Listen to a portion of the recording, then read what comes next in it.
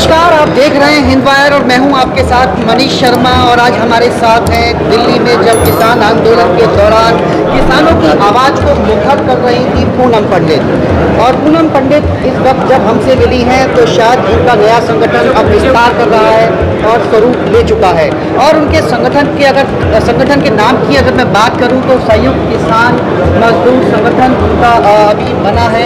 और आज वो अपने गृह जनपद उत्तर प्रदेश के बुलंदशहर में है। और जब उनका संगठन बन गया है, चूँकि इससे पहले भी वो किसान और मजदूरों की आवाज़ को मुखरता के साथ सरकार के चाहे वो स्वर विरोध में ही सही रखती रही है, चाहे वो दिल्ली बॉर्डर हो, जंतर मंतर हो, दिल्ली में हर एक जगह वो किसान मजदूरों की बात रखती रही है। अभी हम एक ज्वलंत मुद्दे पर बात करेंगे। चूँकि पिछले 4 महीने से मणिपुर जल रहा है और अभी जब मैं पूनम पंडित जी से साफ बात कर रहा हूँ तो इस वक्त भी मणिपुर जल रहा है। और मणिपुर में जो एक घिनौना वीडियो सामने आया था, उस वीडियो में जिस तरीके से 2 महिलाओं को नग्न करके घुमाया जाता है, एक महिला को लोगों के सामने उसके साथ बलात्कार किया जाता है, जब उसके भाई और पिता उस महिला को बचाने के लिए जाते हैं उनकी हत्या कर दी जाती है। लगातार 3 से 4 महीने पर डबल इंजन वाली सरकार मणिपुर में सवाल उठ रहे हैं। तमाम लोग सोशल मीडिया पर तरह तरह की बातें कर रहे हैं। इन सब के बीच अब जब एक सेना का अधिकारी एक लेटर लिखता है जो है एडिटर्स गिल्ड ऑफ इंडिया के लोगों को, उस लेटर के बाद उस संस्था के 4 लोग मणिपुर में जाते हैं। और मणिपुर में जो उस लेटर में बातें कही गई थी कि जो मीडिया है वो एक तरफा रिपोर्टिंग वहाँ कर रहा है, वो सब बातें तथ्यात्मक रूप से उनकी रिपोर्ट में पाई जाती हैं। जिसके बाद वहाँ के मुख्यमंत्री एन बीरेन सिंह इतना दिल में ला जाते हैं कि जो एडिटर्स गिल्ड ऑफ इंडिया है उनमें 4 सदस्यों के खिलाफ FIR दर्ज करा दी जाती है। प्रथम प्राथमिकी सूचना, जिसमें 2 महिलाएं हैं, खुद एडिटर गिल्ड ऑफ इंडिया की अध्यक्ष भी हैं। इसे आप किस रूप में देखती हैं? देखिए, सबसे पहले तो कोई भी व्यक्ति अपनी कुर्सी का मोह नहीं छोड़ना चाहता। और मैं एन बीरेन मुख्यमंत्री मणिपुर से कहूंगी, क्या तुम्हें इतना समय मिला कि तुम उन बेटियों से मिल सको? 4 सेना के अधिकारियों के खिलाफ तुमने मुकदमा दर्ज किया, उस बात का तुम्हारे पास समय था, क्यों तुम उन बेटियों से नहीं मिले? और सेना के जो जवान हैं तुम्हारे नौकर नहीं हैं, जो अपनी जान की बाजी लगा करके मणिपुर में आज वहां ये सब कुछ झेल रहे हैं। कितने हथियार, कितने चीजें उन लोगों के पास हैं जो सरकारी हथियार होते हैं, सरकार के जो लोग इस्तेमाल करते हैं, पता नहीं वो बाहर से आए हैं, छीने गए हैं। पेपर की कटिंग में आपने देखा होगा कितने तो हथियार छीनने की खबर सामने आ रही है। क्या ऐसा कहीं होता है कि सेना के लोगों से सरकारी हथियार छीने जाएं? कहीं ना कहीं सरकार का उनको सपोर्ट है, क्योंकि एक तरफ मुख्यमंत्री को एक समुदाय से वोट चाहिए और दूसरे समुदाय से पैसा चाहिए। ऐसा क्यों? तो इन सब के बीच मीडिया का जो वहाँ अपना रोल है वो आप देखती हैं कि क्या एक तरफा सिर्फ मीडिया काम कर रही है?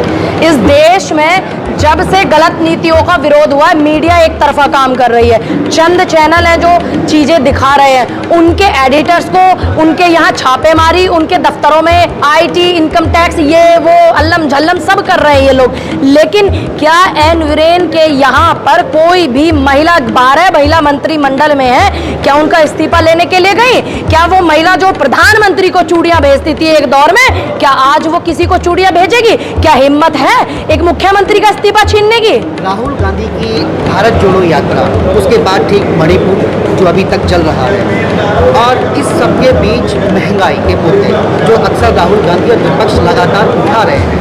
आपने भी शायद किसान आंदोलन के वक्त काफ़ी बार कहा है कि देश में लगातार महंगाई बढ़ रही है, खासकर उन चीज़ों पर जो आपकी रसोई की आम घरेलू चीज़ें होती हैं, जैसे कि सब्जियां हैं, तेल है, चीनी है, सभी चीज़ महंगी हो गई है।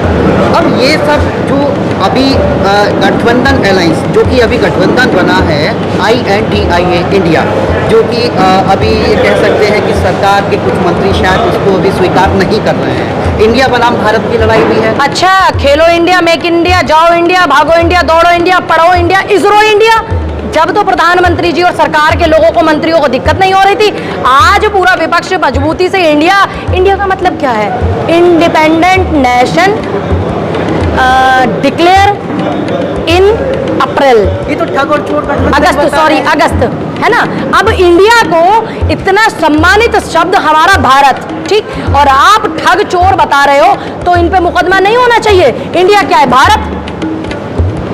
है कि नहीं है, सबको पता है। अब से पहले तो हमारे देश के जो प्रधानमंत्री हैं, गृह मंत्री हैं, सब मंत्री हैं, India India, make in India, make in India, ISRO India, ISRO India, देश इंडिया, दौड़ेगा इंडिया, भागा दौड़ेगा इंडिया। और आज जब हो गया है जुड़ेगा इंडिया तो जीतेगा इंडिया, तो इनको तकलीफ हो रही है। आपको निकल कर आया है गोदी मीडिया। हाँ, आपको पता है इंडिया और भारत जो ये चला रहे हैं उसको करने से कितना पैसा खराब होता है, कितने सरकारी कर्मचारी मानसिक रूप से परेशान होते हैं, कितनी फाइलें जिनमें चेंज किया जाता है सब कुछ। और जो आज ये कर रहे हैं 4200 करोड़ का G20 का खर्चा किया इन्होंने, और देश के युवाओं को कहते हैं कि रोजगार नहीं है। वो तो कह रहे हैं काफी इंडस्ट्रीज, प्राइवेट इंडस्ट्रीज को अलग अलग अपनी स्टेटों में लगा रहे हैं। 9 बजे तक प्राइवेट सेक्टर, सुबह को 8-9 बजे चले जाते हैं जॉब करने के लिए, रात को 9 बजे प्राइवेट सेक्टर छोड़ते हैं लड़कियों को। क्या उनके बच्चे नहीं है? क्या उनका परिवार नहीं है? क्या उनका घर नहीं है?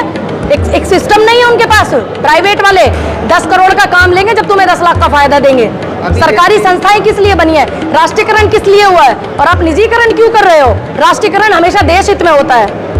अभी जैसे कि अभी इंडिया गठबंधन ने 14 एंकर्स का बाइकआउट किया है, बाइकआउट के बाद अब वो लोकतंत्र की दुहाई दे रहे हैं। अच्छा, हमें सिखाएंगे वो लोकतंत्र क्या है? जब लोकतंत्र नहीं था, 750 किसानों की शहादत हुई थी बॉर्डर पर, वो लोकतंत्र नहीं था? एक लड़के को गोली लगी थी, वो लोकतंत्र नहीं था? 5 लोगों को ट्रैक्टर से चला करके मारा गया, हत्या करी गई, और आप गृह राज्य मंत्री को अपने साथ नई संसद में लेके जा रहे हो। वो लोकतंत्र नहीं था कि देश की सम्मानित बेटियां ओलंपिक मेडल लेकर के आई हुई, और आज उनका एक मंत्री, एक नेता आपका कपड़े खींचने की बात करता है, मानसिक शारीरिक रूप से पीड़ित करता है। वो लोकतंत्र नहीं है। डबल इंजन की सरकार, तुम्हारी मणिपुर में बेटियों को नंगा घुमाया जाता है, ये लोकतंत्र नहीं है। ये लोकतंत्र नहीं है। पत्रकार अगर सही बात को दिखा रहा है तो तुम उसको जेल भेज रहे हो, ये लोकतंत्र नहीं है। हापुड़ में जो है अपने वकीलों पे डंडे बजाए, ये लोकतंत्र नहीं है। तो कृपया करके वो लोग हमें लोकतंत्र की दुहाई ना दे जिन्हें लोकतंत्र का मतलब ही ना पता हो। मगर वो सरकार में जो बैठे हैं वो लोग तो कह रहे हैं कि मीडिया जो नकारात्मक रिपोर्ट जो करती है, अब उनके खिलाफ जो है, जो डीएम है वो